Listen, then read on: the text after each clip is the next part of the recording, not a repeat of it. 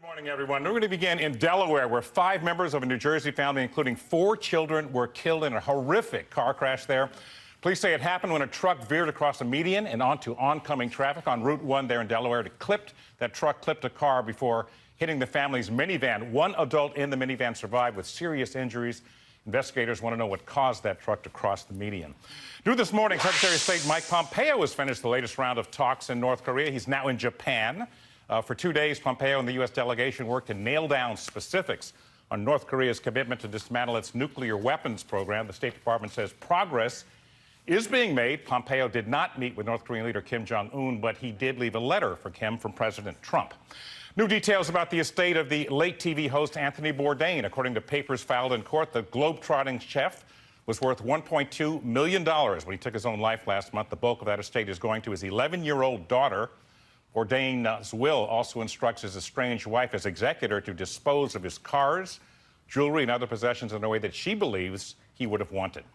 In South Carolina, congressional candidate Katie Arrington speaking publicly for the first time since being badly injured in a car crash 2 weeks ago. Arrington, a Republican running for a House seat in Charleston, suffered a spinal fracture and has undergone multiple surgeries. The driver of that car that she was in was killed in that crash. Every single thing I've ever done has been about surviving. There's no other option. It just makes me stronger.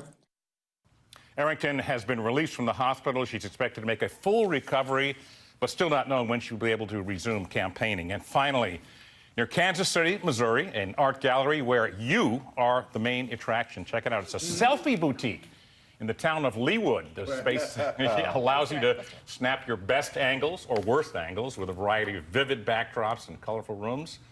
All you need is your imagination and a little narcissism? If you have just a little really? narcissism? A cell phone and some narcissism or some. I mean, the reversible camera has unleashed a bottomless well. Yeah, it has. Paul has never taken a selfie. Yeah, for the record. I've taken a couple. Rare selfies.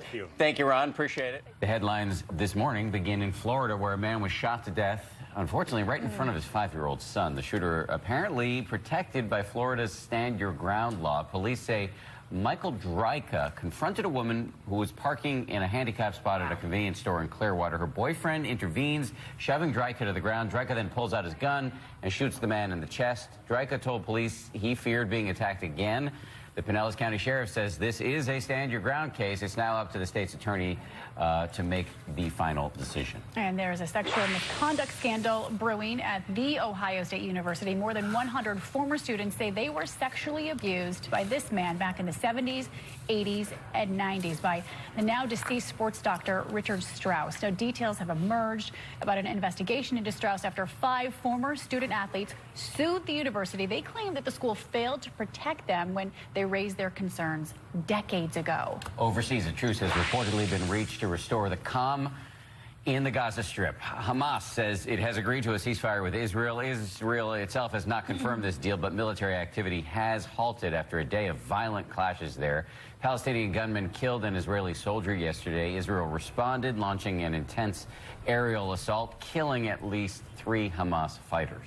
And Miami Dolphins players may not be suspended after all for kneeling during the national anthem. Their team owner, Stephen Ross, he's clarifying his stance after submitting a policy to the NFL suggesting suspensions for game day protests. Well, Ross is now saying that a final decision hasn't been made and the rule was only included as a placeholder among a list of other guidelines. President Trump, of course, delivered his take on Twitter, saying athletes who kneel should not get paid. Look at this, caught on camera, a slow speed chase in Denver. This John Deere tractor swerving in and out of traffic and onto the sidewalk to get away from the police. Yep, the stolen tractor left a path of wreckage after crashing into many cars and buildings. This lasted for 30 minutes. In the end, police cornered the tractor and they put the driver in handcuffs. I think this is like a bet gone wrong. It's like, hey, I dare you. You get in this tractor, take it downtown. Yeah, exactly. That was a good promotion for John Deere tractors as well.